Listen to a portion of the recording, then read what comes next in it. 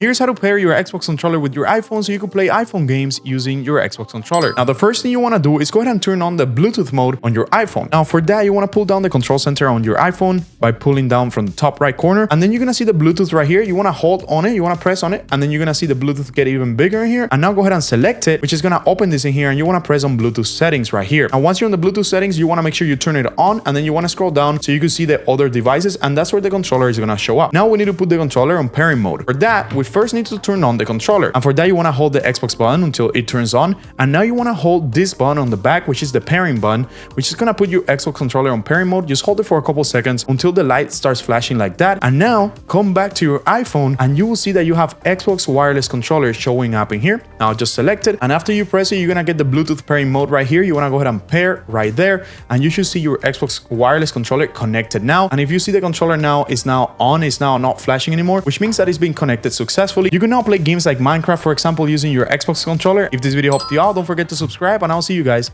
next time.